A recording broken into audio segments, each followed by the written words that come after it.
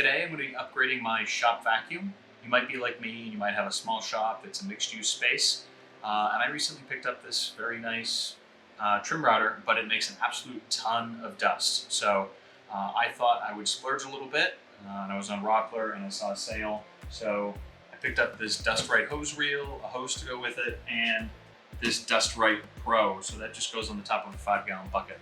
I don't have any experience with these yet, so join me for the ride here and we're gonna see how much of an improvement that makes over my shop vac. So the little bit of work I have done with my shop vac and the dust collection, I know the filter gets clogged extremely quickly and then it just becomes less and less efficient. So we're gonna work our way through that and hopefully you learn something along the way with me. If you find this video helpful and you want to see more like it, take a moment to subscribe or even leave me a comment.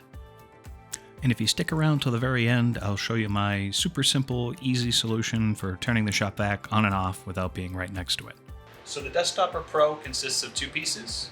It has this piece that goes on top of the 5-gallon bucket. There's a hose to vacuum clearly labeled and a hose to pick up that's clearly labeled, so that's nice.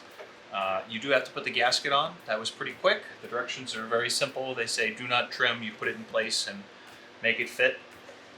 So make sure you read the directions. And then it comes with this nice hose to go from here to your vacuum, 290 degrees and a 3-foot hose. So this piece, very straightforward, but this was, I believe, $59. And what I'm hoping it's gonna let me do is switch my shop vac out for this. And this is a HEPA filter in place of just a paper filter.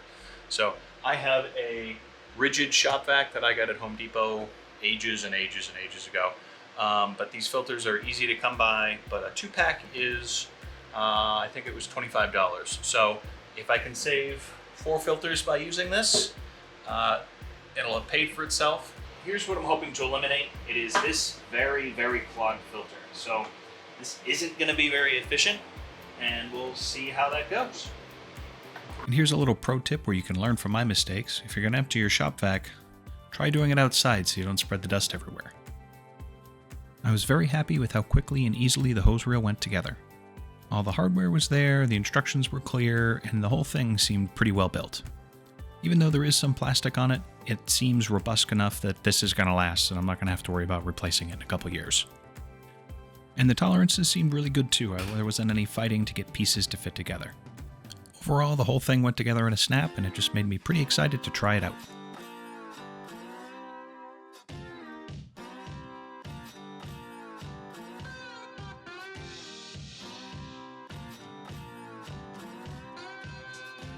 Now it's time to prep a spot to hang it on the wall. I wanted to keep it in line with my current utility board, so I transferred a line across the wall and then cut some 2x4s to length. I used a combination square to put some marks across both boards to keep everything in alignment, and then I pre-drilled so the tapcons could fit through. And then so the heads of the tapcons would sit flush, I came back with a spade bit and drilled about halfway through the board.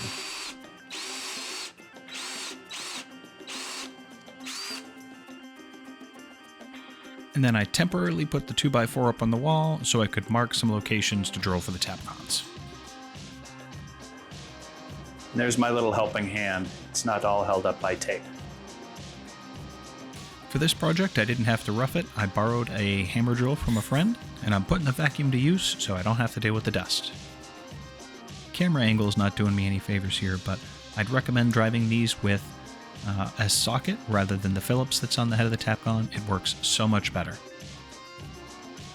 And after a lot more drilling, I've finally figured my camera angle out, and you can see driving these tapcons with that socket is just so much easier than trying to keep a Phillips head from slipping.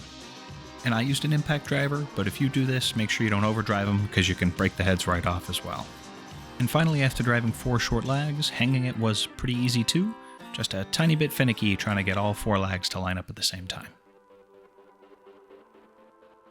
With the hose reel up, it's time to find a place to mount that 5-gallon pail. I'm setting this shelf just high enough so I can still get my shop vac underneath it. That way everything will stack up pretty nicely. And I know these brackets are upside down, but they're welded and they're never really going to have a lot of weight on them, so I'm pretty comfortable doing this. and it'll stay clear of the shop vac by putting them in this orientation.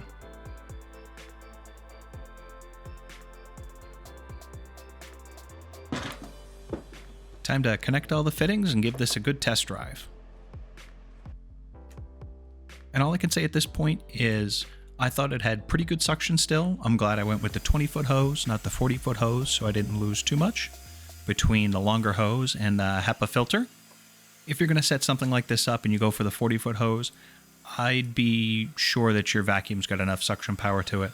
My 5 horsepower shop vac here feels like it's got a little less power than it did with just the paper filter and the shorter hose, but not enough to be detrimental or to offset the fact that it's easier to use at this point.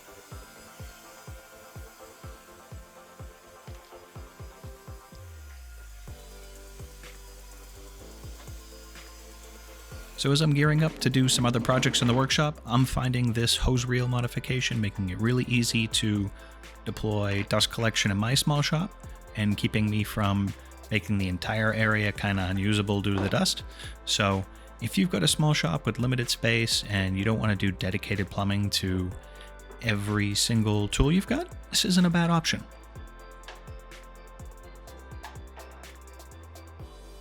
All right, so I've used this for about 2-3 weeks now on some various different projects that you're going to see in some of my other upcoming videos. And I'm really quite happy with how well the dust separator works here. I can't recommend it enough to somebody who's using a shop vac and who's having problems with it being clogged up all the time. All right, next, the rockler attachments for the vacuum. I'm not really super happy with these. I'm gonna link them in the description so you can know which ones I got and possibly avoid them. They just don't fit together super well. The brush I've had here, I've had to glue in because it just fell apart out of the box. So this was a real miss by Rockler. Everything else was, quality I enjoyed. I think you would too, but this, stay away from these. Next, I know a lot of people use automatic switches to trigger their vacuums when they're turning on table saws and miter saws, so the vacuums automatically kick on as well. I went a different route. I got a Bluetooth switch. So this is actually rated for 15 amp, which is great because my shop vac is actually only 10 amp. And it means I can just press a button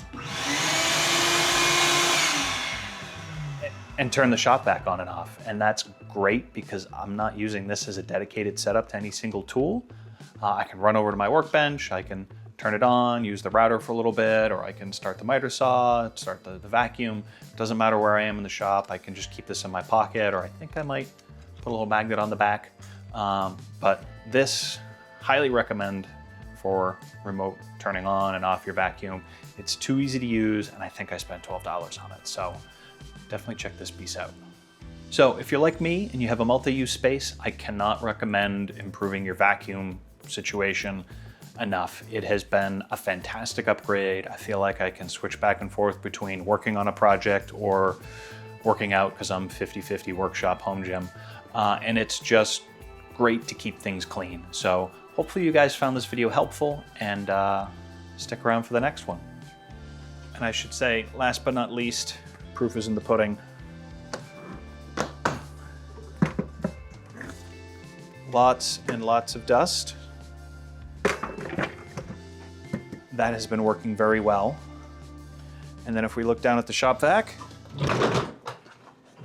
a very, very clean filter. So this HEPA filter hasn't been getting plugged at all. The dust just doesn't make it to here. And yeah, it's just nice having a clean space. So this is the final actual. Thank you for watching, and hopefully you found this helpful. And I will see you guys in the next video.